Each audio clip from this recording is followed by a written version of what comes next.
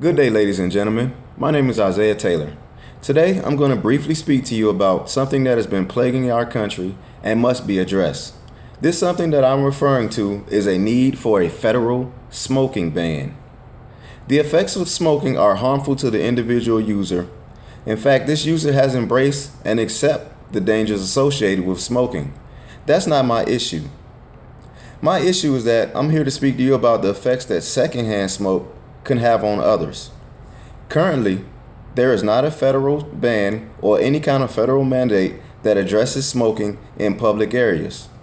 According to Wikipedia, Congress has not placed any nationwide bans, smoking bans, and the laws vary from state to state. I feel as though there needs to be one blanket law that mirrors all states. For example, there should not even be a smoking versus non-versus smoking section because that does not protect non-smokers because the smoke is still in the building. There should also be laws against smoking in situations that can be harmful to children. That is where I need your help. We need to take a stand and let our voices be heard. You need to contact your local governments.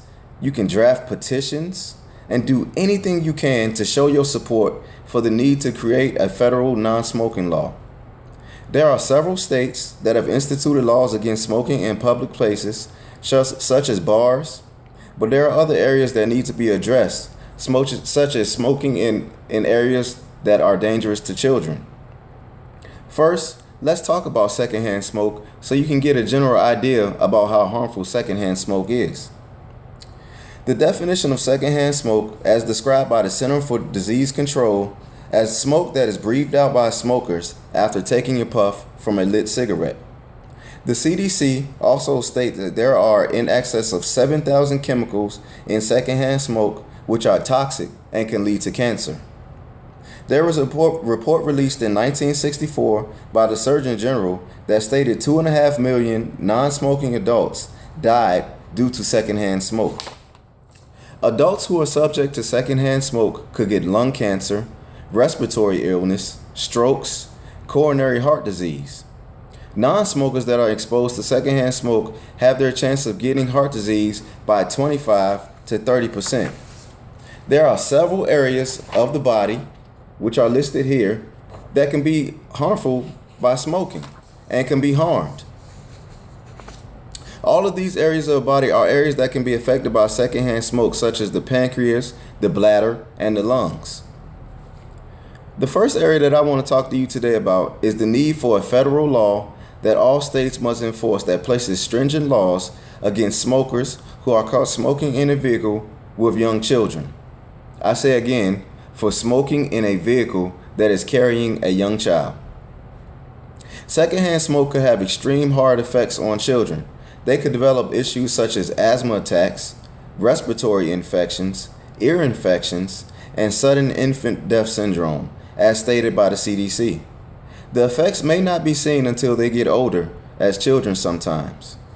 They could be more prone to getting ill with a child with parents that did not subject them to secondhand smoke.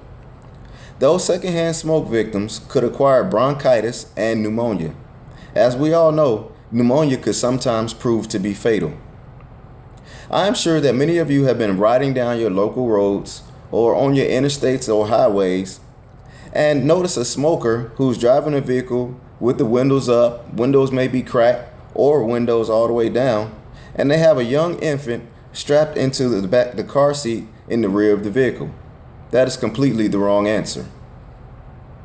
Every time I see that, I get extremely enraged and wish there was something, just something in place that could help and benefit young children so that they're not subject to riding in a vehicle with someone and all those fumes and vapors are just surrounded in that vehicle. I just wish there was something that was in place. There are those parents who just have an utter disregard for the children's health. It is not okay for a smoker to even take one puff of a cigarette with a minor in the vehicle with them.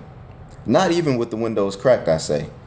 If a driver is caught in a vehicle with a minor, there should be many laws placed into effect, such as revoking driving privileges and very, very, very expensive fines. There should also be a chance of that driver having to attend court and a chance of losing the child for neglect. The only way to get the child back would be that parent will have to attend extensive hours of training and learn the adverse effects of secondhand smoke. According to the website www.nosmoke.org, which is sponsored by the ANR, which is Americans for Non-Smokers' Rights, exposing children and adults to secondhand smoke in the confined space of a car is extremely hazardous. End quote. So why place a child that cannot control their current situation into danger? As far as I thought, and I've always heard, it is the responsibility of the parent to keep their child out of harm's way. Am I correct? And not expose them to danger. Also, according to that same website, even after smoking has been done in the car, it is still dangerous for the occupants because that smoke has been absorbed into the seats, which still emit toxins into the air. The states of Arkansas, California, Louisiana, Maine, Oregon, Utah, and Vermont are leading the way by incorporating smoke-free laws. For example, in Arkansas, there is a law against smoking in a vehicle with an occupant who is less than 6 years old, under 60 pounds, and in a safety restraint. But Oregon and California have much more stringent laws because their law states that it is illegal for someone to smoke in a vehicle with an occupant who is less than 18 years old.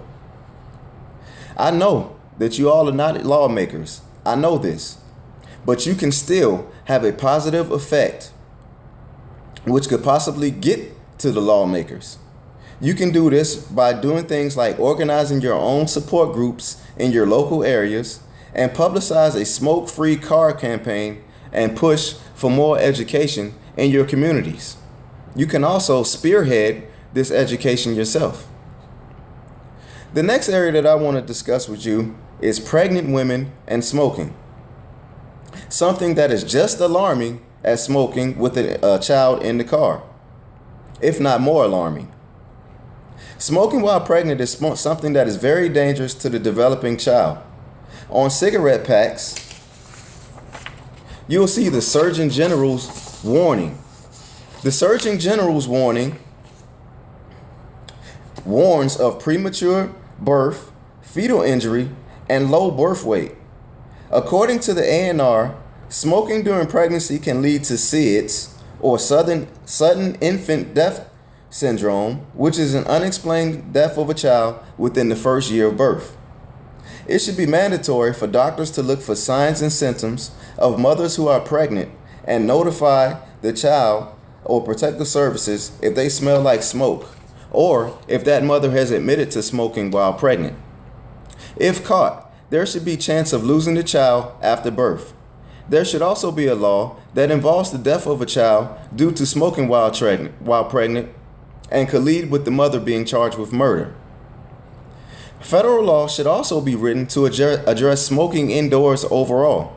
As I stated earlier, non-smoking section in bars and restaurants do not keep non-smokers completely 100% free of the dangers of secondhand smoke.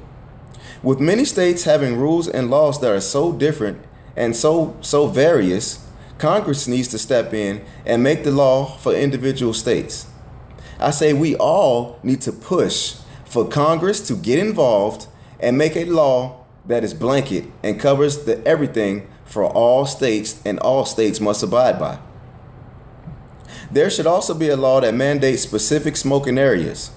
Smoking outside of designated areas should constitute a fine as well. Cigarette butts have also become an environmental problem. There are reported billions of pounds of cigarette butts in toxic trash yearly. This creates health concerns as well due to the germs and toxicity of the butts. The support for need in public areas like parks and beaches to be either smoke-free or only allowing to smoke in public areas. I ask each and every one of you to do your part and support non-smokers' rights. If you did not get involved before because you simply were not educated, I hope that today's briefing helped you to gain a further knowledge. You can do your own knowledge, your own research in the same areas that I conducted my research on Wikipedia, on www.cdc.gov,